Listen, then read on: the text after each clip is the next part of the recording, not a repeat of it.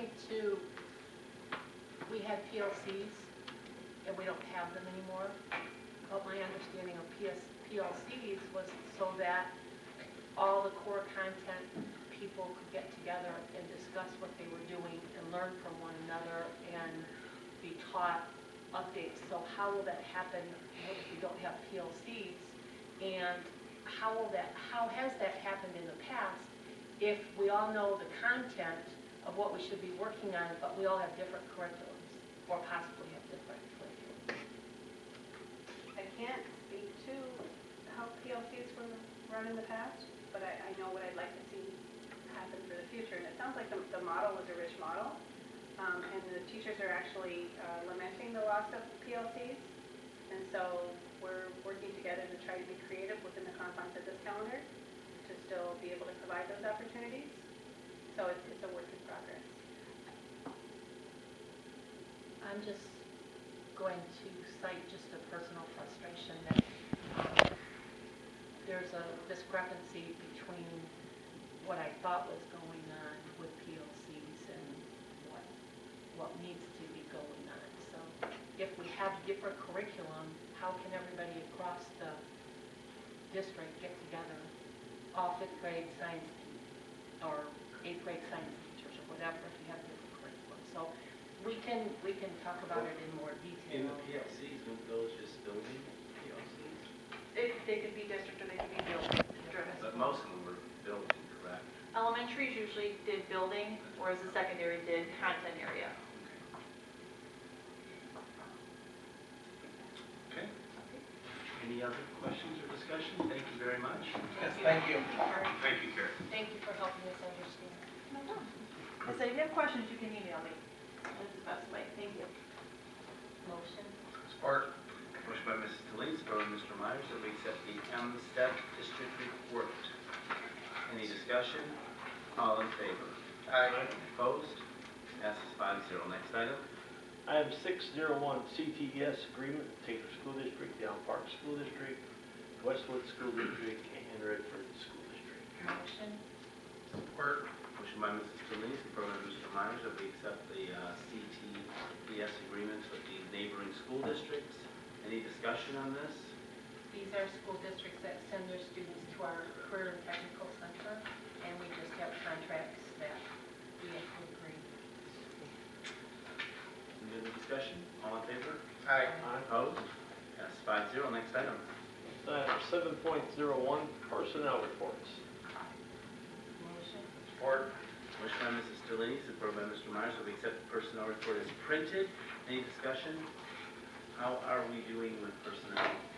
We still have a number of openings. Yes, we still have a number of openings, and that's why I have the Diamond Healthcare on there, which is the next one. Hopefully we'll be able to fulfill 3 of those openings through that source until we can find permanent people. And we just talked with Cabinet earlier today about making some adjustments because we had another special ed teacher who resigned and gave us a whole 1-week notice, which was very nice of them. Do we have any classroom teachers, or are we making any adjustments to the calendar? Yes, and what we did at the end of the last year was there was some special education teachers that also had the gen ed background and endorsements and certifications. So they were going to be laid off, but they did choose a job in gen ed. So what we'll do is, since we have very few special ed teachers on layoff, we'll move 2 of those people back to gen ed, back to special ed, and then we can recall some gen ed. But there's a couple of movements that we just kind of talked about this afternoon that I want to work with TFT on making those movements.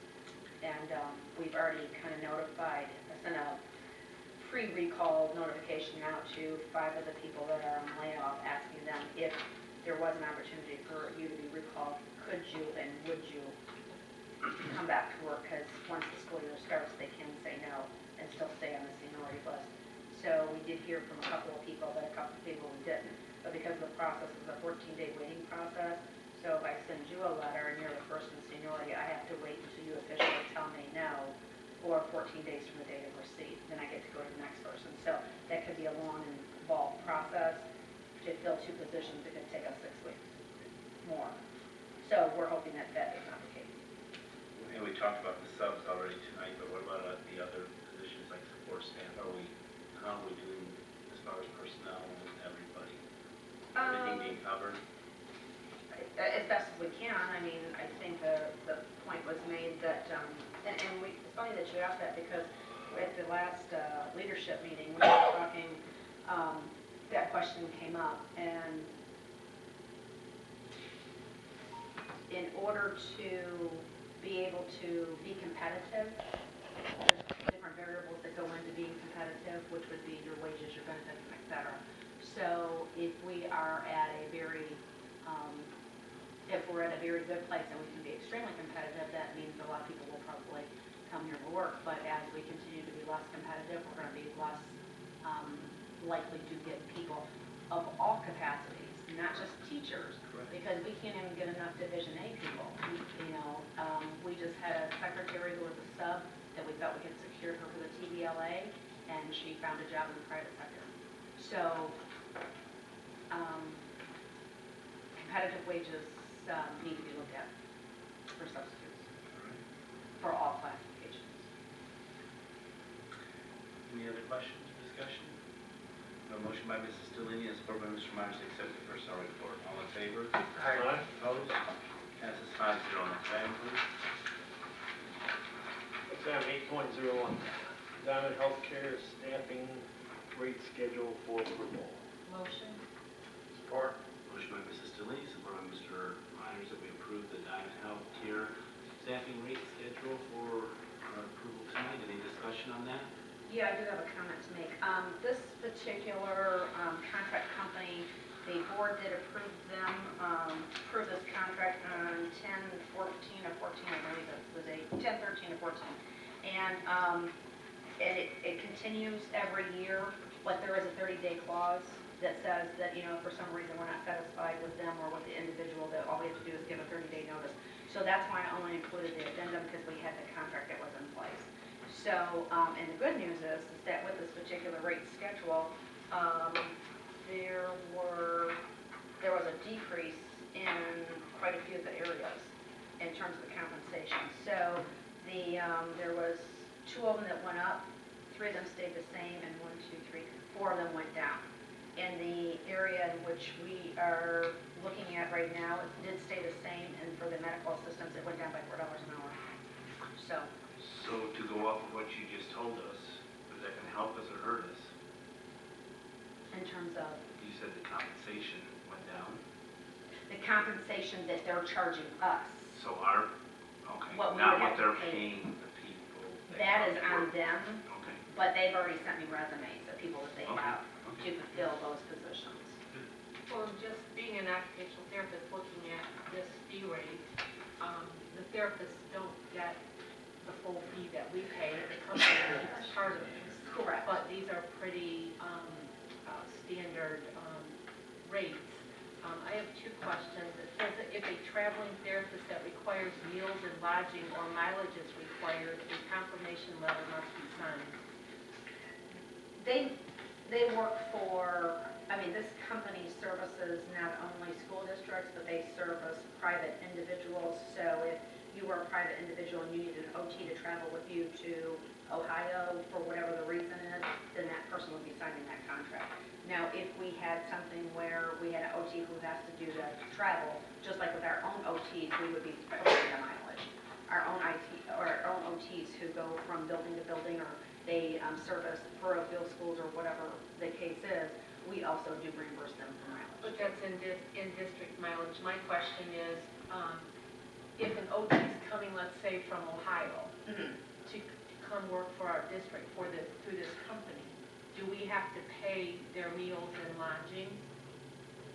I can check on that, I but just wonder when that would take place, if that's on the company, Diamond Healthcare Staffing, or is that on the district, and when would that apply? Because that could be that has to be a lot of priced extra money, and have we had a confirmation letter, because it says it must be signed, and then overtime will be paid. Do we have a situation ever where we would have a healthcare professional that works I would say that'd be a rarity. Because we would be paying time and a half, the regular hourly. That is rate. correct, but So I think who's this is watching changing. that we're not going over 40 hours? Well, it would be a special ed department, first of all, and then they would have a caseload. So the OT would have a caseload, and on that caseload, they would have certain areas they would go to. So say they're going in and taking care of two kids at Kenyon at this time, and then that time is built in, and then they're gonna go to parochial school down the street, then they're gonna go back over, and they're gonna go to McDowell. So that might be their Monday. Then on Tuesday, they might be servicing somebody at Truman, and then they're gonna have 3 private schools that they're gonna, take care of that are on our caseload, that we are required to service. So, I can get the answers to those questions for you, but I would assume that special ed, and you do know what they say about assuming, but, the special ed department would be responsible for building that caseload for all of